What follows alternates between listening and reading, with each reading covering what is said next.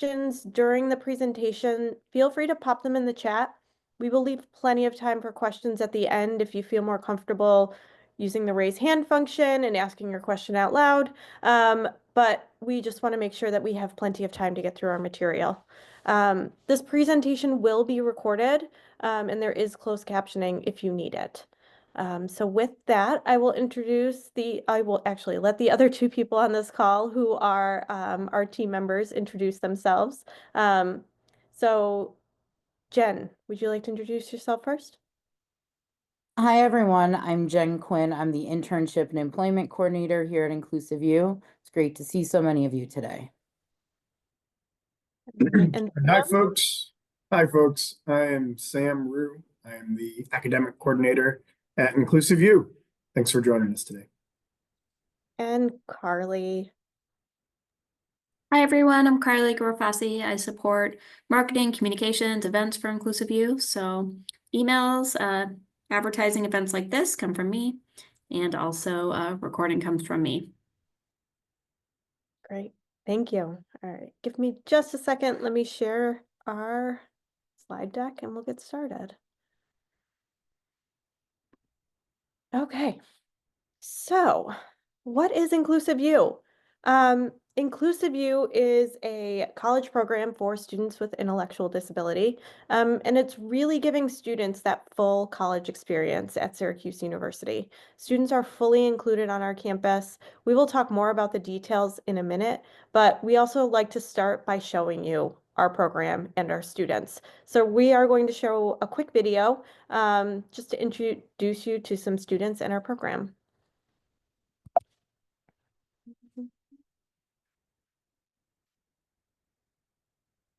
Out of this.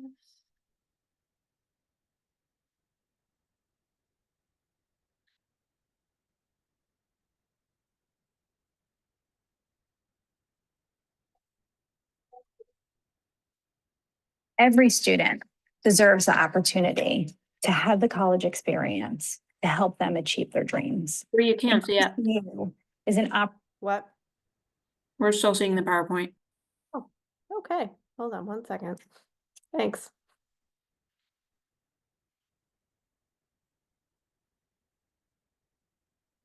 Sorry.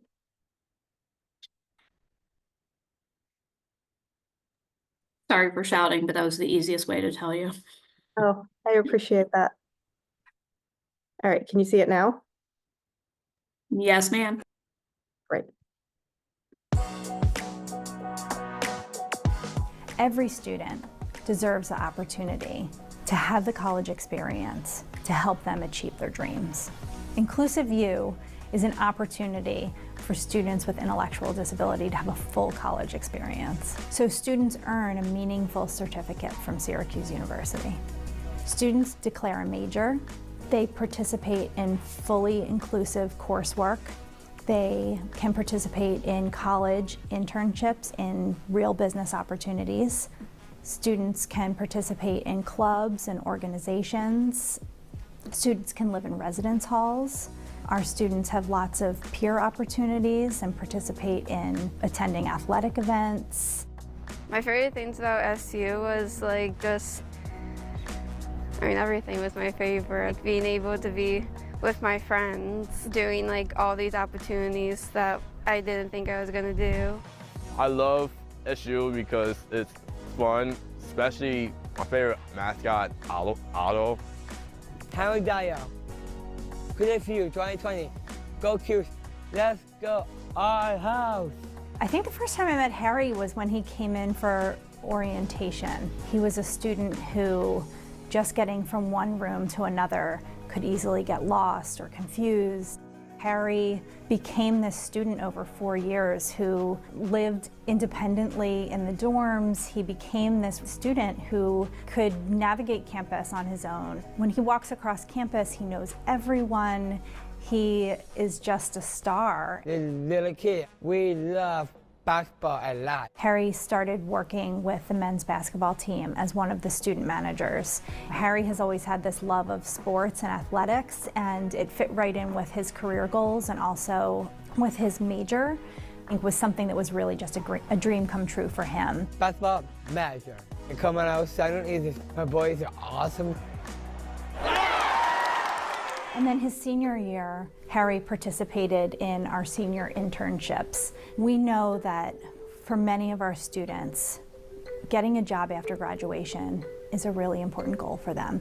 And it's an important goal for most college students. The internship year is something that we think is a really important part of our InclusiveU programming, that we help support students in choosing something that is tied to their career interests and is related to their major.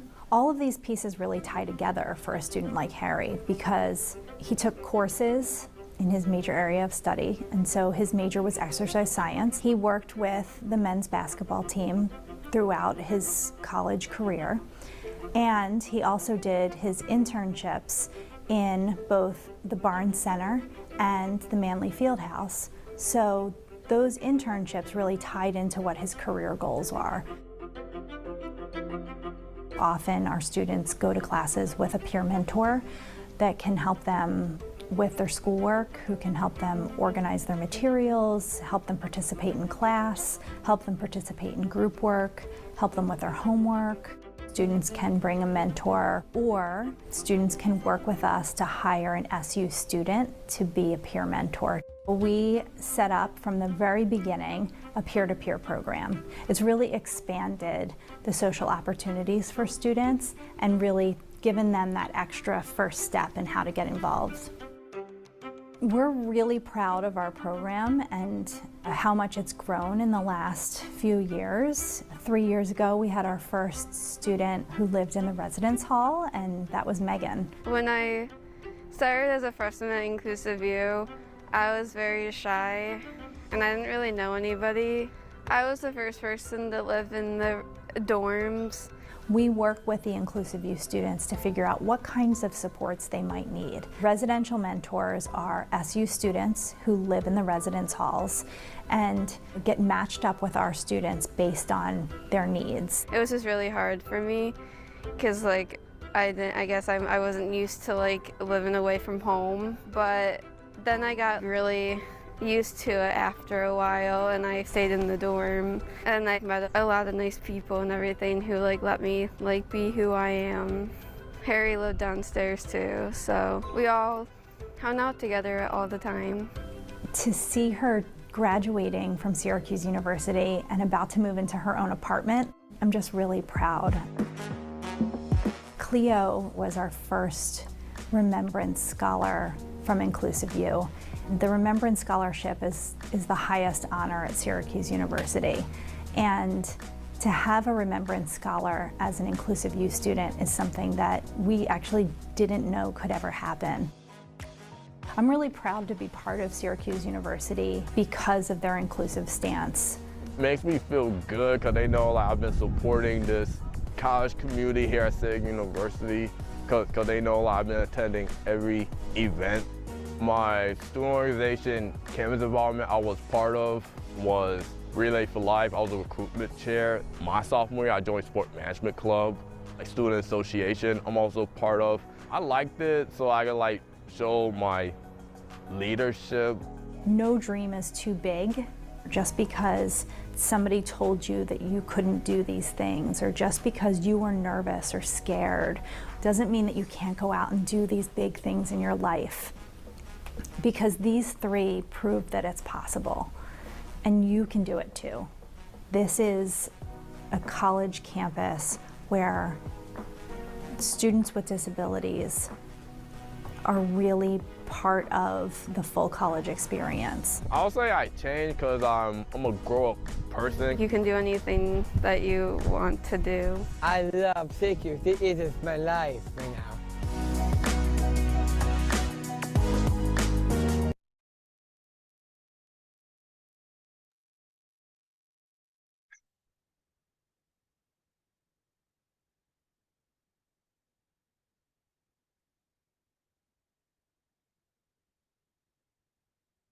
Okay, so hopefully that gave you all a brief introduction to our program. So welcome to college.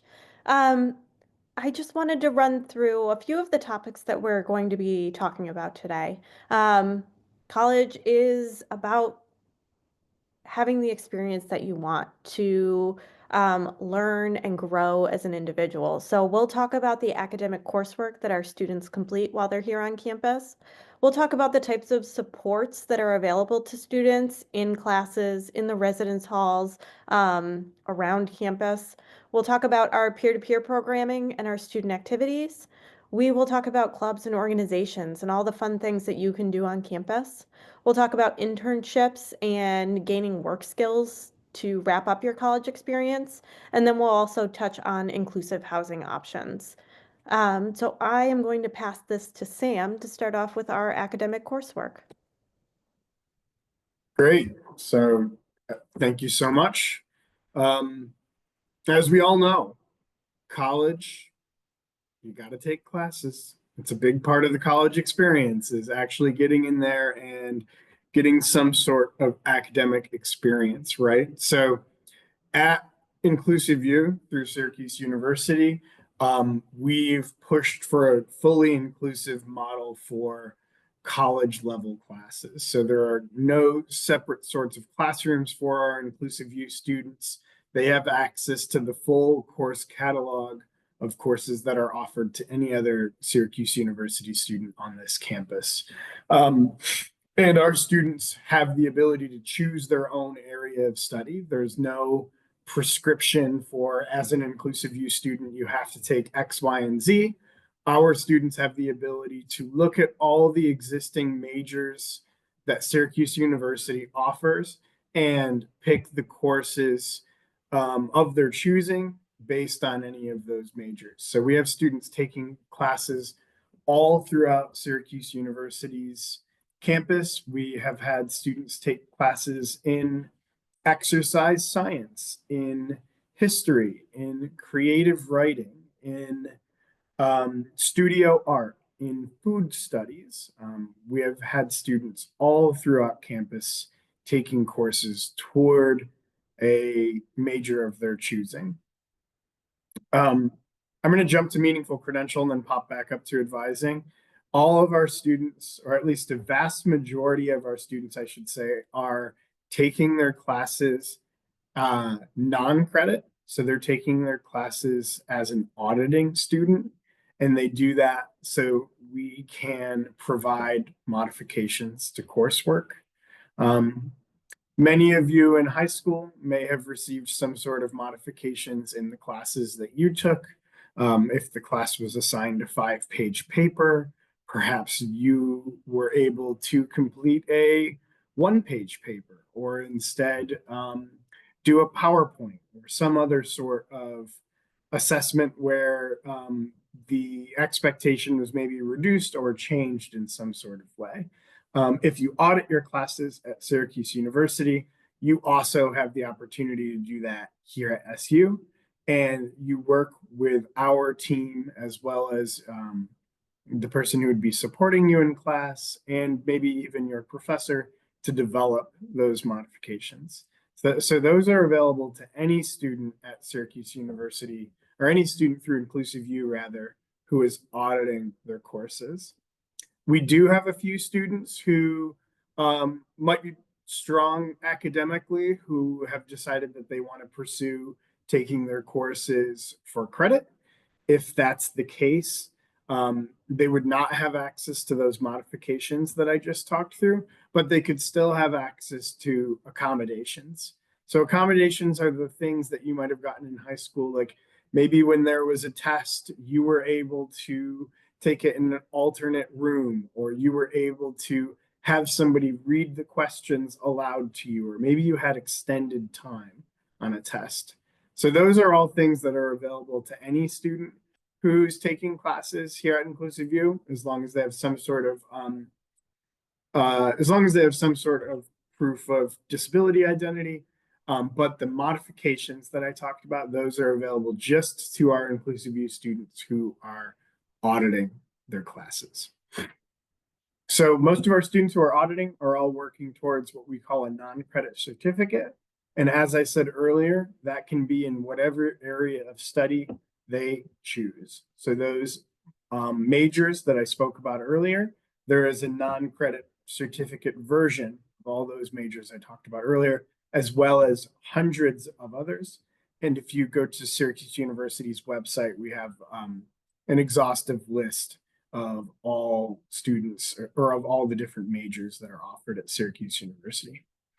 All of our students work with a member of our team, and they are that student's advisor. So 3 of us that are on this call right now, myself, Brianna, and Jen, all act as advisors for our InclusiveU students. And it's our job to help kind of guide you through all that stuff I just spent the last few minutes talking about, right? It's our job as an advisor to help you decide what area of study might be best for you, depending on what your interests are and what your career goals might be. It's our responsibility to support you to pick the classes within that major that make the most sense, or maybe even some electives outside of that. It's also our job to support to make sure that you get the modifications and accommodations that you need to be successful. And we're also someone who can help interface with the instructors and support, the kind of connection between yourself and the professors who you're working with throughout your time here. Lastly, on academics, a lot of our students will come to class with some sort of academic mentor support. How they get that service depends on one of 2 different camps. We have many students who are living within New York State who might be eligible for New York State self-direction funding. That's all through Medicaid. So if you're eligible for that and have signed and have gone through the process of getting a self-direction budget, we actually have 2 different agencies right now who we work with who provide community rehabilitation services here on campus, and they can do that with you while you're on SU's campus, and they can support you through going to classes and just generally having experiences here on Syracuse University's campus. The great thing about that is, since it would be through a self-direction budget, there'd be no out-of-pocket costs to you and your family. So that's a really great thing if you're within New York State and are eligible.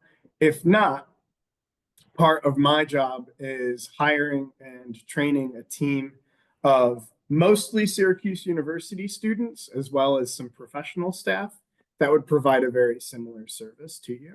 So these would be people who would come to class and support you, maybe by taking notes, by supporting you to answer a discussion question, maybe facilitating your involvement in group work or something to that effect. And then also spending some time out of class with you to help you out with your assignments, make sure your modifications are being followed, all of that good stuff.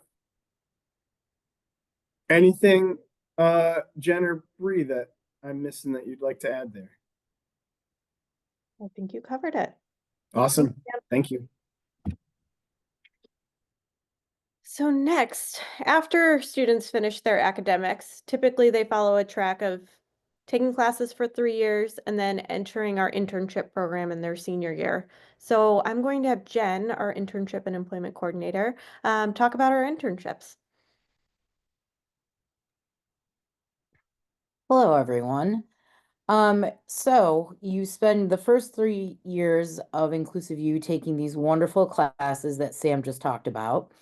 And in your final year, you spend doing usually 2 different internships. You do one internship in the fall semester and a separate one in the spring semester.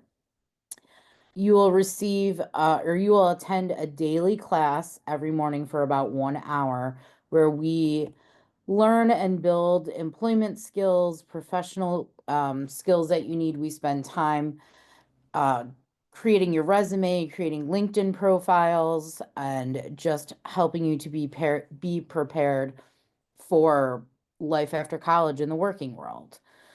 You spend about 20 hours a week at your internship, so that's about 4 hours a day. Generally, the internship is done during the daytime. So you would be able to take maybe one additional class if you would like to, depending on your what your internship is and when the class is offered. We really want students to walk away with transferable job skills, so that's the main focus of our internships. You can learn many different job skills at many different internship sites, and it may not be your dream job, but you can take those skills to your dream job upon graduation. We also give you the opportunity to kind of explore different settings. Maybe you don't really know if you'd like to work in an office because you've never been given the opportunity to. So we can work to have you gain some exposure in those settings and try to help you decide what you think you're going to enjoy doing. We also, Brianna and Carly, along with a couple other folks in the program, created this wonderful business engagement group it consists of local business owners, leaders within the community who are able to help mentor students, advocate for different job creation in the community. And frequently these members know people in other parts of the state, and I would say East Coast right now, to help facilitate some job placements or opportunities upon graduation. Thank you, Jen. Can you touch on the support that students might Oh. receive in an internship? Yes, so internships are supported in a couple different ways depending on different funding, but all students are given the opportunity to have support at the internship site. And we will have meetings beforehand to kind of get a baseline of what we think that support will look like. But the goal is for the support to fade over the course of the semester. So you may start out with a job coach being at your internship site with you for the majority of your shift. And the goal is by the end of the semester that maybe you're just getting a check-in at the beginning of the shift to make sure you're getting started, or at the end of the shift to make sure you've wrapped up what you needed to. But we work as a team to figure out what support will be best for you. Sorry. Great, thank you. So we've touched on academics, we've touched on our internship, but our students also are truly a part of our campus community. And one of the ways that they get involved is through our peer-to-peer program. And this is a really great way for students to make friends on campus and also attend activities with a group of people instead of going by themselves and having to navigate that on their own. So peer-to-peer consists of several things. Students can elect to have a peer partner, and this is when matriculated students are paired with InclusiveU students just to spend time together on campus. They might grab coffee, they might work out, they might go out to eat, or they might attend a club or an organization together. These student partnerships are one-on-one. They're built around the student's schedule, so they can meet up as early as they want to, or they can stay out as late as they want to. Students can also access our peer-to-peer program through weekly events. We have a peer-to-peer coordinator as well as a group of peer trainers, and this team creates a weekly calendar for students to have events to go to together. They really comb through the SU calendar and pick out events that are popular, events that people have expressed interest in going to. Some of these things are Orange After Dark events, sporting events, but also different events that might take place in the Shine Student Center or in one of the offices around campus. Students meet up at a common location and then they travel to the events together. This is also a really great way for students to say, hey, I would really like to go to that soccer game, but I don't want to go by myself. Because more than likely, more people would like to go to that game. So students use this calendar as a way to find out what events are happening, know that there's a group going, and then access that event. So there's many different things that our peer-to-peer program does together. And it's a really great space for students to meet other students on campus and then expand their network of friends. Because we all know as soon as one person meets another, that group just grows and grows. So peer-to-peer is a really key part of our programming and a key part of our students really being a part of our campus and our Orange community.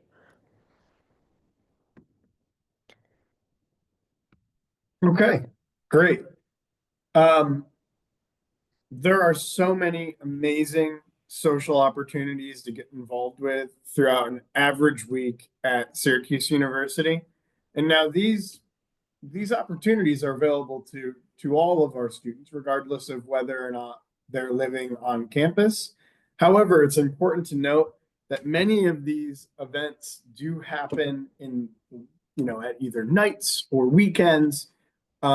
And because of which, we thought it was very important to have the opportunity for our students to live on campus. So our students who are living on campus are living in fully inclusive residence halls throughout our campus. This year, we have students in 5 different residence halls throughout Syracuse University. As I said before, these are fully inclusive halls. So there's no certain floor where all of our Syracuse or where all of our InclusiveU students are, or not even any certain building where all of our InclusiveU students are.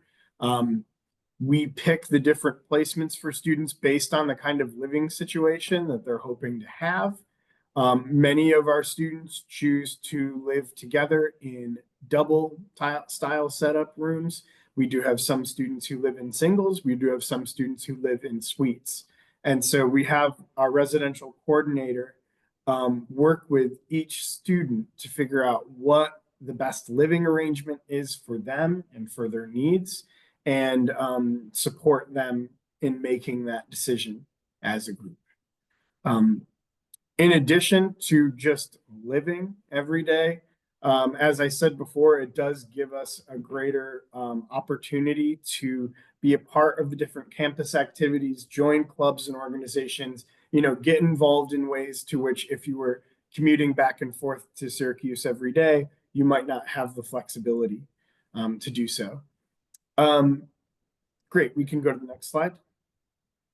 In order to be best supported in this living environment, we do hire what we call residential mentors to support our students in this transition. So our residential coordinator hires a team of Syracuse University students to basically live amongst our InclusiveU students, almost like a resident advisor for those of you on the call who have been to college before and are used to that experience. But basically, they're there to be your person when you're feeling like you need it, right? Like they are a team of supports that are there for you to support you through that transition into I don't like to say an independent style of living, but I would say a different kind of interdependent. This is probably the first time for many students where they won't have the primary person they're relying on as their parents. And instead, it's going to be a more peer style reliance. And so these residential mentors really support in 2 main goals. One is to assist a student in maintaining what we call a safe and healthy living environment. And we don't mean that your room is spotless. We don't mean that your room looks gorgeous. I know what my room looked like when I was a college student. We just want to make sure that that it's a safe and healthy place to be, that there are no science experiments brewing underneath your bed or anything like that, and that it's a place where we can be confident that you're safe and healthy on an everyday basis. Some of our students might need more support in that area than others, and that's all part of the considerations we make when we're pairing residential mentors with our students. And secondly, it's to support the engagement socially for you as an InclusiveU student, to give you the resources and the nudge if needed to get out and get involved more in campus and even within the residence halls with your other peers. Awesome. Next slide, please. So what does this actually look like on a day-to-day basis? And what are the things that are important to consider if you are interested in living on campus? And really, some of these things even apply regardless if you're a commuter, but some of these things are very specific to the residential students. So one important thing is to decide what kind of scheduling tool works for you. Some of our students like to have a physical calendar that they have either posted up on their wall in their room or in their backpack or something like that. Other students might prefer to have everything digital and on the calendar on their phone. They might even choose to share that calendar with their family or with other people that they're close to.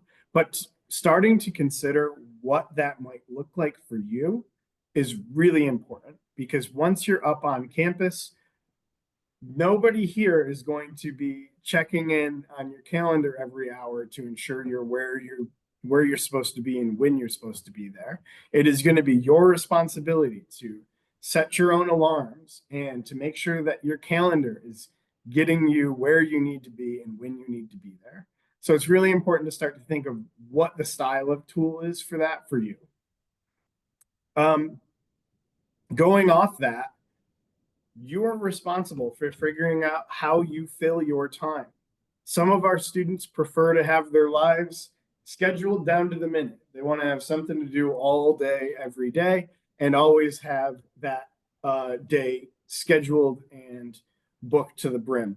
Other students, they might do their class or two each day, and they might be like, okay, I'm totally exhausted by people. I need to go back to my room and just relax for a couple hours. Either way, that's fine with us. And you're the one who's going to be in control of deciding that and deciding what kinds of things you want to fill your time with. Communication is super key. Starting to thinking more about the ways that you prefer to communicate. Are you the type of person who prefers to communicate via text, via phone call, via email? Those are all really important considerations to make, because you're going to be having consistent communication with mentors, with other staff at the InclusiveU program, and with your professors. And it's important for you to learn and figure out what ways you communicate best in order to ensure that you're doing that every day. Another piece of this, though, is that the communication might not always be in your preferred format. Your professors, they're probably not going to text or call you. They're going to be emailing you. So it's important for you to learn how to use your email, ensuring that you're engaging with your email every day so you don't miss really important things. So it's important, for one, to figure out what your methods are, what you enjoy the most, but also get comfortable using especially email, because a lot of really important communication from the university is going to come from email.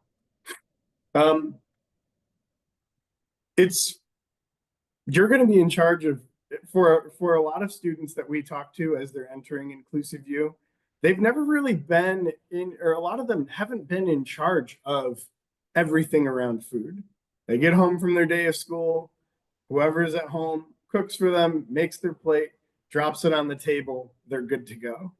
That is not the case here at Syracuse University. You are in charge of picking when you eat and what you eat. And a lot of you, especially if you're living on campus, you're going to be going to our dining halls that are basically giant all-you-can-eat buffets.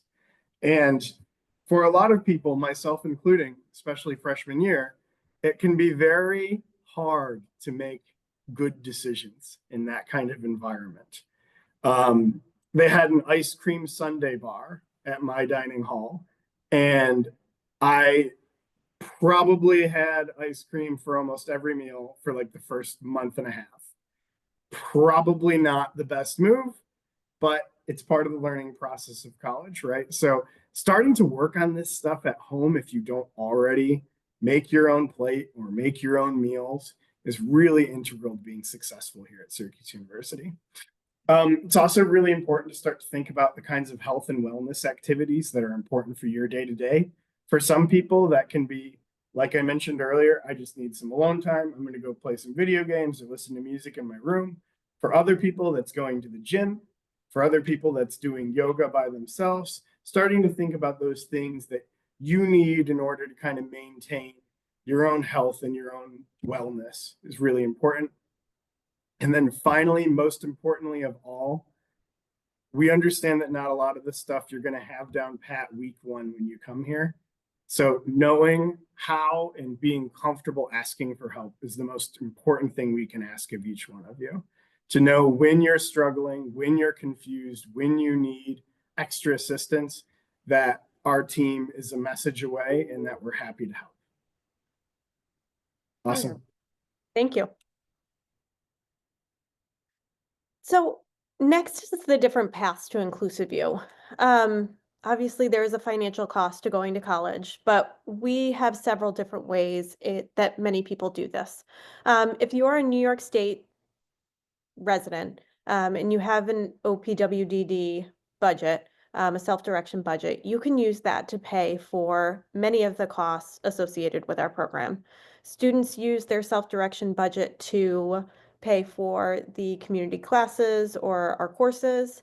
They pay for the transition fee for 2 years, and they can pay for the support that Sam talked about earlier, using the community hub line. If you're a New York State resident and you do not know what OPWDD is, I encourage you to look at this immediately. Budgets can take a while to set up, so it's important that you start this process well before you're applying to our program. Some students use the Syracuse University dependent benefit. So if you are a child of an employee at Syracuse University, you have this option to have some of these costs covered using the dependent benefit. There is the private pay option or out of pocket.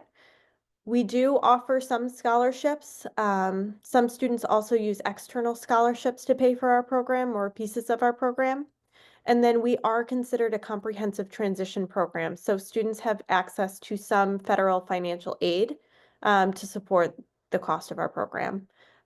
Students fill out the FAFSA just like any other college student, and that is directed to Syracuse University. And our financial aid office works with you to put together a financial aid package and answer any of the questions surrounding financial aid or costs at the university. There is always a lot of questions around funding and costs. So if you have any personal questions or questions about your individual budget, feel free to reach out to our team after this call and we can work through any individual situations with you. So next is applying to InclusiveU. Our application is an online application, but we also do in-person interviews for anyone who applies. It is after November 15th, so our early action deadline has passed, but our regular decision deadline of January 15th is still open. So if you go to our website, you can apply to our program using the link. Hopefully somebody is popping that in the chat right now. You can use this link to access our application, work through all of those pages in our portal, and submit your application. So what do we want to know about you? On this application is general biographical information. Your name, your address, your phone number, contact information, information about your self-direction budget or where you are in that process. And then we also have a skills assessment. We use this just to understand you, to get to know you, to help understand what areas are areas of strength for you and what areas are areas of challenge. We use this as general information and not as admissions criteria. We also ask information about your academic experience and how you've been involved in your community. Again, we want to know how you've accessed education in high school. We want to know what supports you've had. And then we also want to know what's important to you. Do you volunteer at a certain place? Are you active in participating in your community choir? And by knowing this information, this helps to give us a good picture of what makes you you, to see if you would be a good fit for our program and that our program would be a good fit for you. So then beyond the application, we also ask for the submission of documents that are no more than 2 years old. We are looking for an IEP or a life plan, a psychological evaluation, and 2 letters of recommendation. These letters of recommendation should be from a teacher, a coach, your supervisor at work, but we do not want recommendations from your family. We know they love you. We know they support you, but we're looking for people outside of your family to hear about you. We also give students the opportunity to submit a self-expression media piece. This can be a writing sample. This can be a slide deck of photos. This can be a slide deck of any information that you want to give us, or it can be a video you've created. In the past, students have submitted all of these different types of pieces. We have one student who submitted a video that he attached his GoPro to his ATV and drove us through the woods in Maine and showed us how he chopped wood. So that was really important to him, and that was really insightful for us. And then finally, once all of this is submitted, we'll schedule an interview with you to come in and meet with a member of our leadership team. Again, this conversation is to get to know the student. We know that online applications and written documents are not always a great example of who the student is, and sometimes talking to them is better, and then vice versa. So we want to get to know each piece of you in each different way. So with that, we'll leave this open to questions and discussions. So I'm going to stop sharing my screen so I can see everybody. And then do we want to start with some questions in the chat? Yeah, so I have a document going of some questions that I think would be important to address with everyone here. Amazing. I'll just start reading these off, and then, one of us can answer them. So one question that we normally cover in the first slide that we actually didn't mention. Someone asked, how long is the program? We are a 4-year program. So typically the first 3 years our students are spending largely doing the academic portion of our program, obviously some social stuff as well, and then in that final year participating in our internship.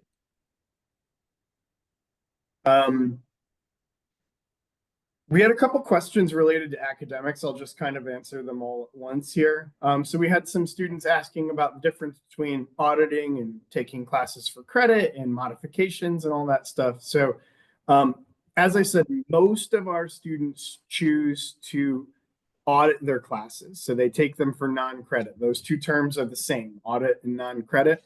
And they do that because we can offer modifications. We cannot offer modifications for any student who's choosing to take a class for credit. So that's different from high school. And similarly, we had a student ask about, what about my IEP?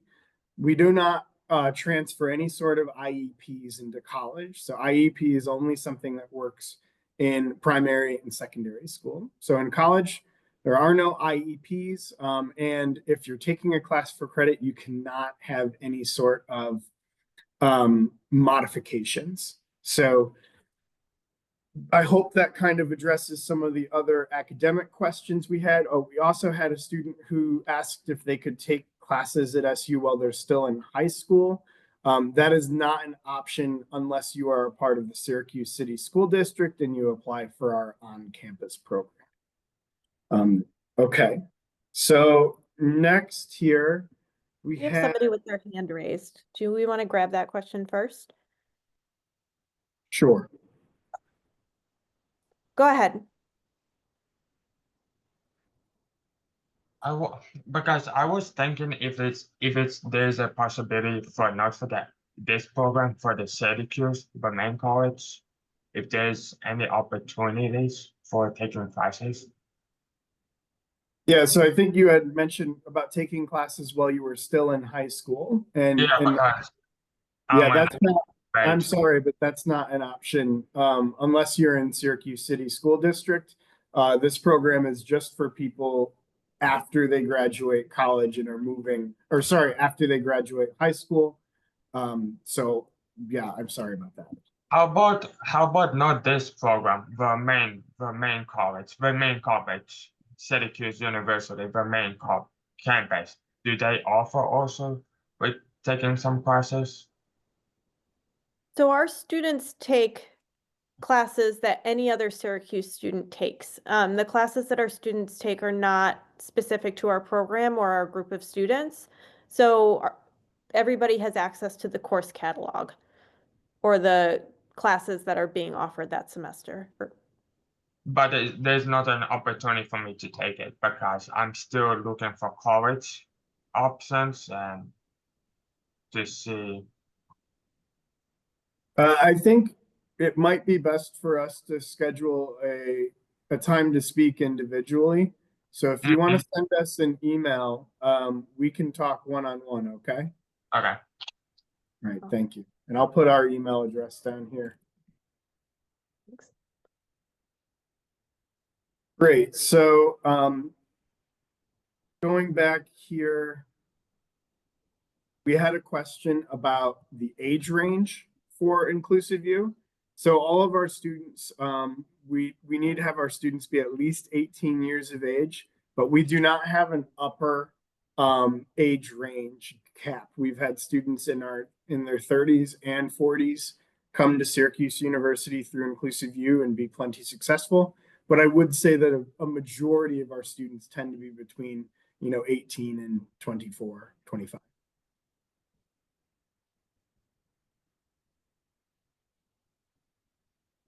We had a question about guardianship and if we accept students with guardianship. Bree, do you want to take that?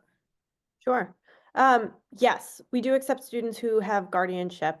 With that being said, we are a very student-centered program. So regardless if students have guardianship or do not have guardianship, we are always deferring to the student to make sure their experience is student-led. Guardianship and FERPA, which governs information being sent to families or that families can get, can be a little fuzzy. Students will still need releases from their guardians to access information. There are many ways that we can work through this together, but just keeping in mind that our program is student-led and student-centered, so students are the ones who are picking their classes, they're picking their internships, they are making decisions in the dorm and the residence halls. So those are things that we can also talk through in individual conversations if you have questions. Great. And then we had some questions about self-direction and what that covers.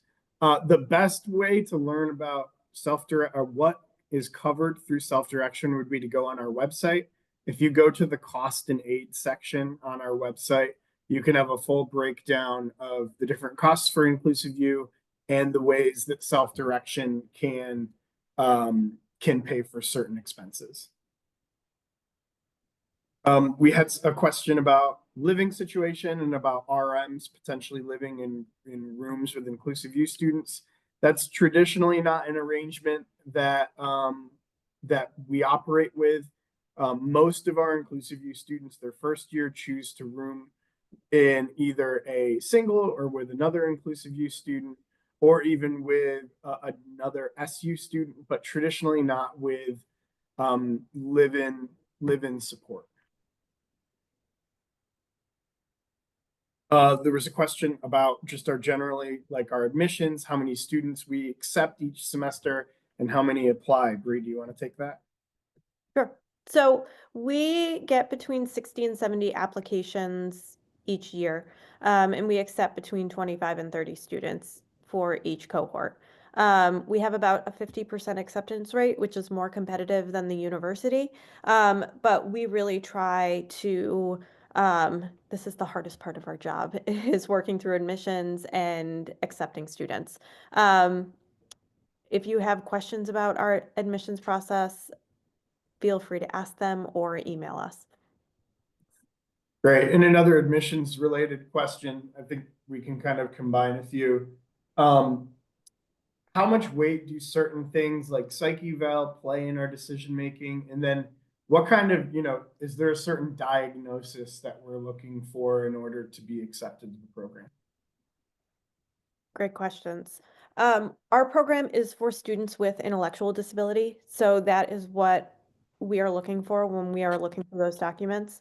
The psych eval, the IEP, we're looking to understand the students better. What types of environments are best for them, if there's been anything in the past academically, but we're also looking at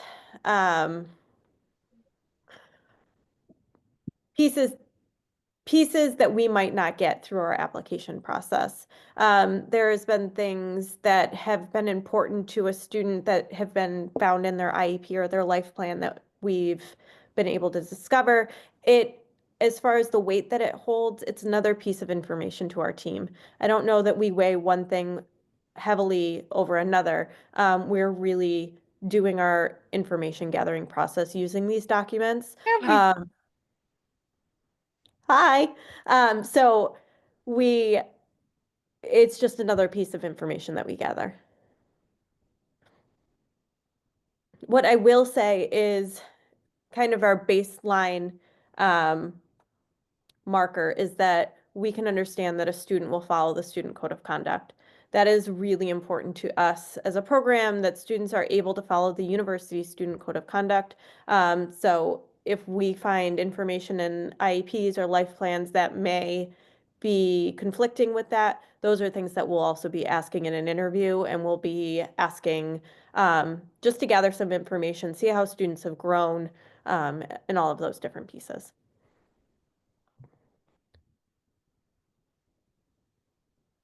Awesome. Not gonna lie, at this point, I could not follow along with all the questions that were being asked in the chat before. So I suppose for our last little bit of time we have together, if anyone would like their question answered and didn't feel like it was in the chat, just please hit us with a hand raise and we're happy to chat. I'm seeing one at the bottom right now. Can a student begin in an on-campus living situation and transition to an off-campus? Yes. And vice versa. Some students start off living at home and then transition into the residence halls. Our residential coordinator will really work with students to determine what's best, and then work in planning those steps moving forward.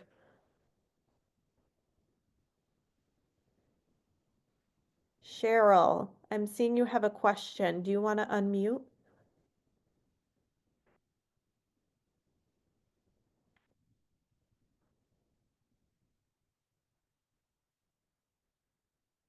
If not, that's okay.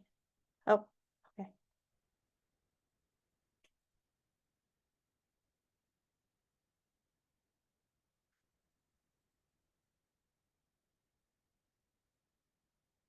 Let's see if I can answer. Oh, Marie. Hi. We Hi. hi. Um, I'm I'm in Connecticut. It's not too far away, and we are scheduled for a tour next Thursday, the last one that's possible, the last day before your term ends.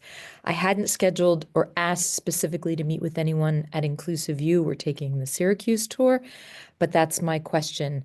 And I'll take the opportunity since you asked, or would you rather that I emailed someone to ask if there's someone we could meet with? And I realize that's not an interview, it's just to meet with InclusiveU folks. Yeah, great question. So, and I will say this, all of our InclusiveU applicants or prospective students take the Syracuse University tour. Our students are truly students of the university, and we do not have a separate tour. So I'm glad you're doing a tour. If you could email our office and let us know what time you're taking the tour, and then we can figure out among our staff who's available to meet with you. That would be the best way to go about planning and meeting our staff. Okay, thank you very much. And I had asked a quick question about music and sports. If someone could answer that one, I'd appreciate it. Mainly, can the student do club sports? And can they study music? Sam, do you want to take the music part first? Sure. Yeah, I mean, there's an entire school of music here at Syracuse University, so certainly some options.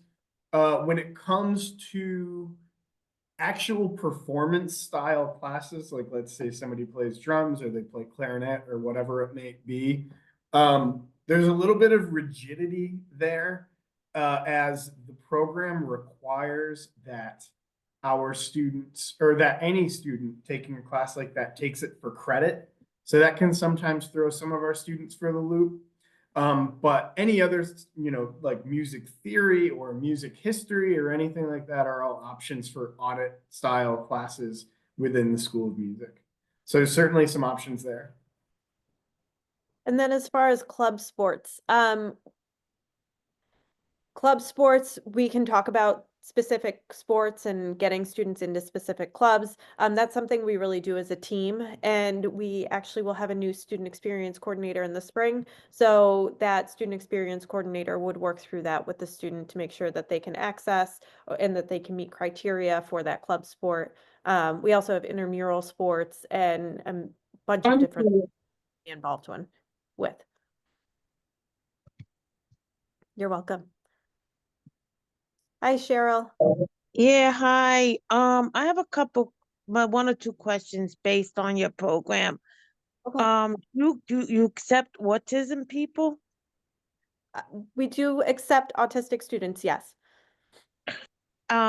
What if they're a little low on the academics, but more like hands-on training and other skills? Like I said, the auto production, my son wanted to check it out at a co-op tech in New York City, but he's also interested in tap dancing and theater and all that other stuff.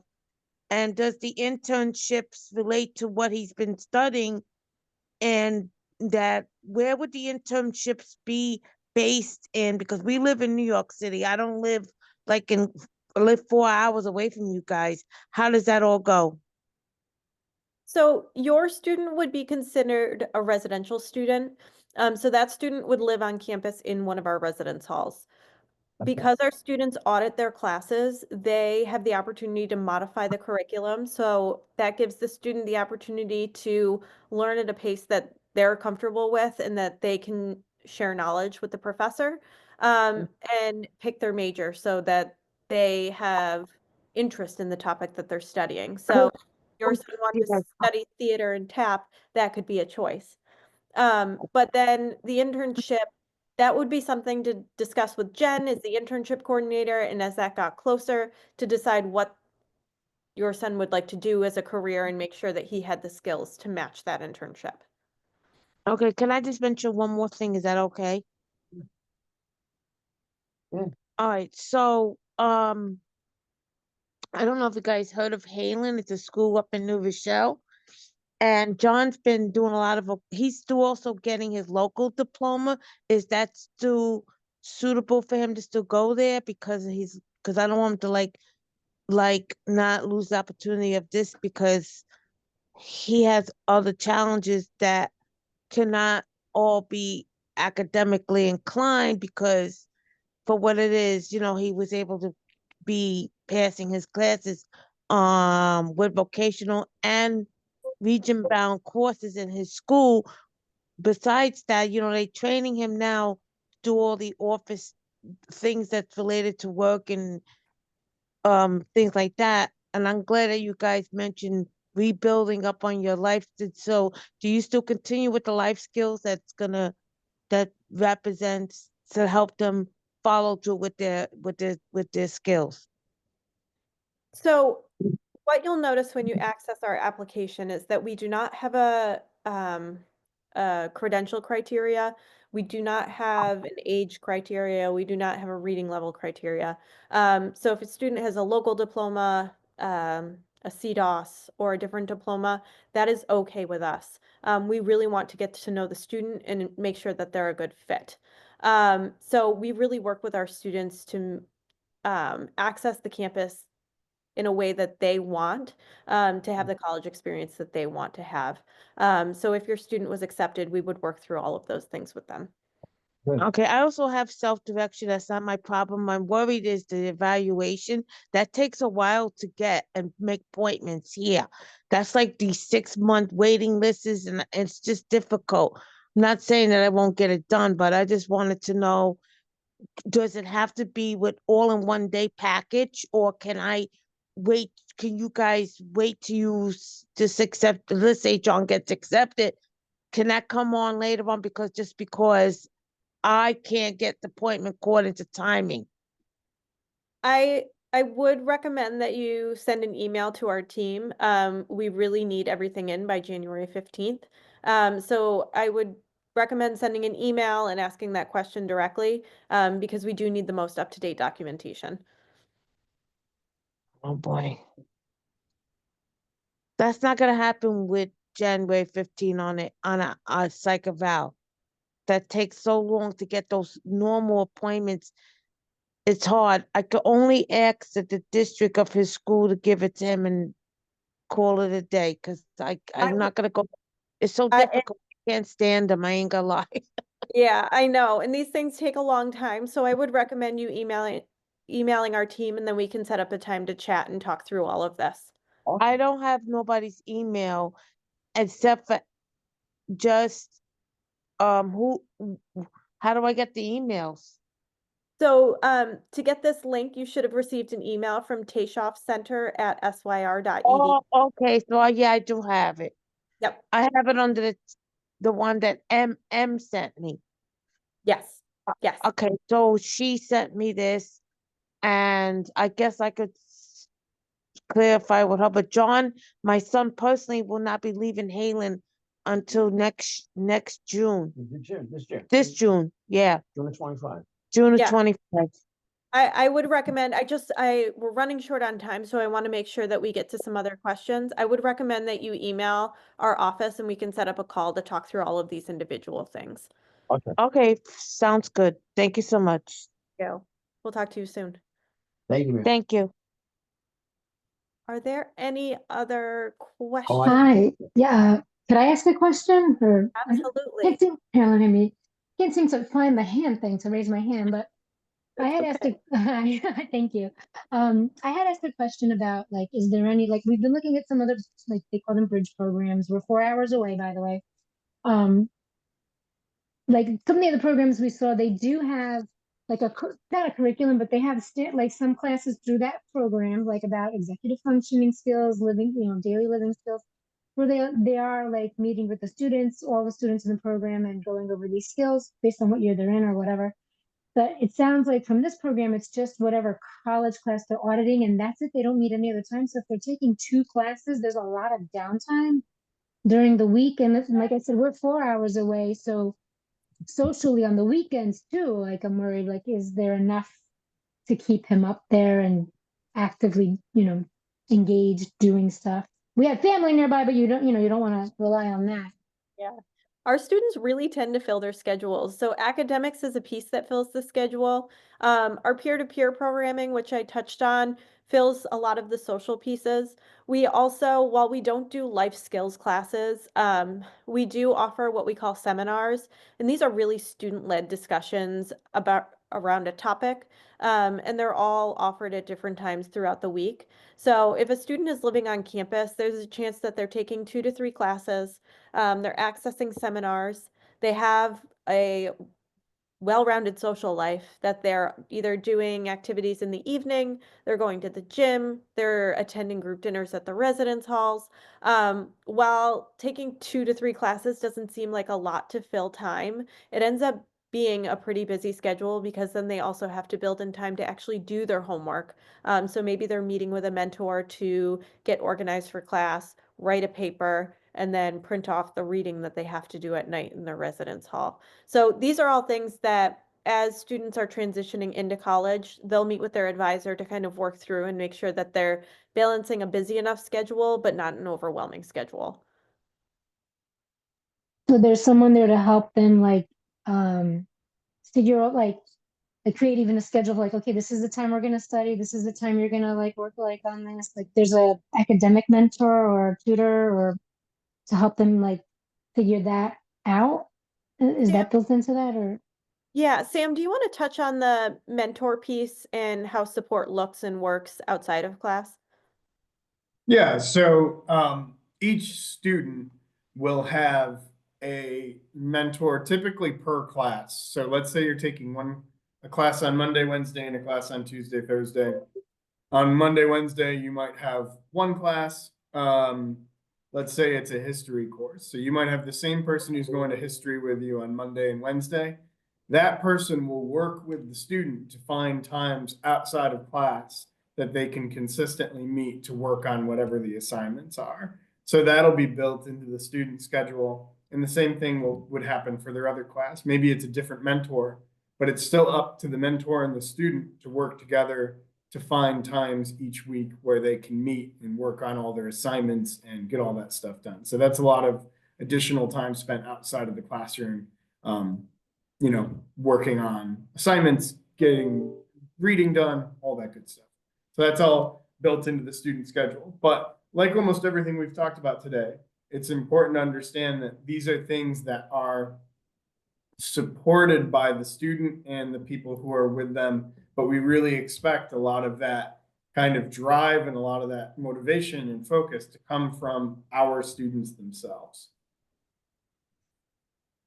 Thank you, Sam.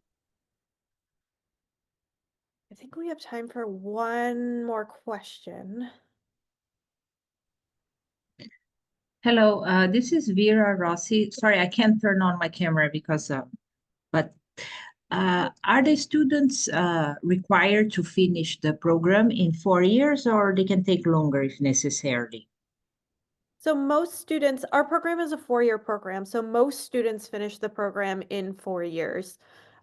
With that being said, if a student had to take personal leave or has an outstanding experience in a way that didn't allow them to finish their classes in a certain amount of time, those are things that we would work through individually, but we are set up as a 4-year program. Okay, but individually, if the student needs more time, because it takes less credits per semester, is there a possibility? Sam, do you want to answer that piece regarding credits? Yeah, so our students only need to take 5 classes within an area of study to be eligible for our non-credit certificate. Of course, we recommend that students take more than that and get more out of their experience over the 4 years than just taking 5 courses. But due to that, there is not really an issue with our students being able to graduate in 4 years as long as they didn't miss any time. So yeah, really, we keep our program to our students should be here for 8 semesters, right? If that means that they had to take a semester off for some sort of reason, then yes, they might technically be here for longer than 4 years. But really, we stick within that 8 semesters of time at Syracuse University. And each class, it's how many times per week and hours? Like how many hours per week is each class? Just for me to have an idea. Most of classes the, are about 3 hours of time within class per week. So a lot of them are typically 2 days a week and about an hour and a half each time. And then outside of that, our students can spend anywhere between 2 to 4 hours per week working on the assignments for each class. So I always say to each student that it's about like a 6 to 7 hour commitment per class per week to go to the class itself and then get the work done, do the readings, all that good stuff. Okay. Okay, so classes are 15 hours per week if they take only 5 courses per semester. Plus the assignments, so 15 hours classes plus the assignments and other activities related to the classes. Most students are only taking 2 to 3 classes per semester, but so yeah, if that makes sense. Okay. All right. There have been so many great questions in the chat, and I will take one more, and then if we did not answer your question, I'm so sorry, but feel free to email us at Tayshoff Center and we will answer your question. So Philip has his hand up, so I'm going to take Philip's question, and then we'll pop our email address in the chat to make sure everybody can get their questions answered. Go ahead, Philip. Thanks so much for taking my question. Looks like I'm actually pretty close. I'm only about four blocks just down the hill from you. Great. Yeah, I've been looking over your dates and deadlines, and so I do understand that the application deadline for students is for the fall 25 term is January 15th. If that doesn't work for my student prospect, may I assume that the next year the deadline would be January approximately 2026? Yes. So we did an early admit this year. Our early admit deadline next year will still stay November 15th, 2025. November 15th, 2025. And then regular decision for that year will be, yes, January 15th, Excellent. 2026. Okay. I appreciate it. Thank you. You're welcome. We appreciate all of you spending an hour and change with us. And thank you for all of your questions. I'm sorry we did not get to every individual question. But again, feel free to email us at tayshoffcenter@syr.edu and we'll reach out with more information for you all. And if you requested the recording or the slide deck, we'll send that to you as soon as possible. So thank you all for coming and have a lovely evening. Thank Take you. care, y'all. Bye.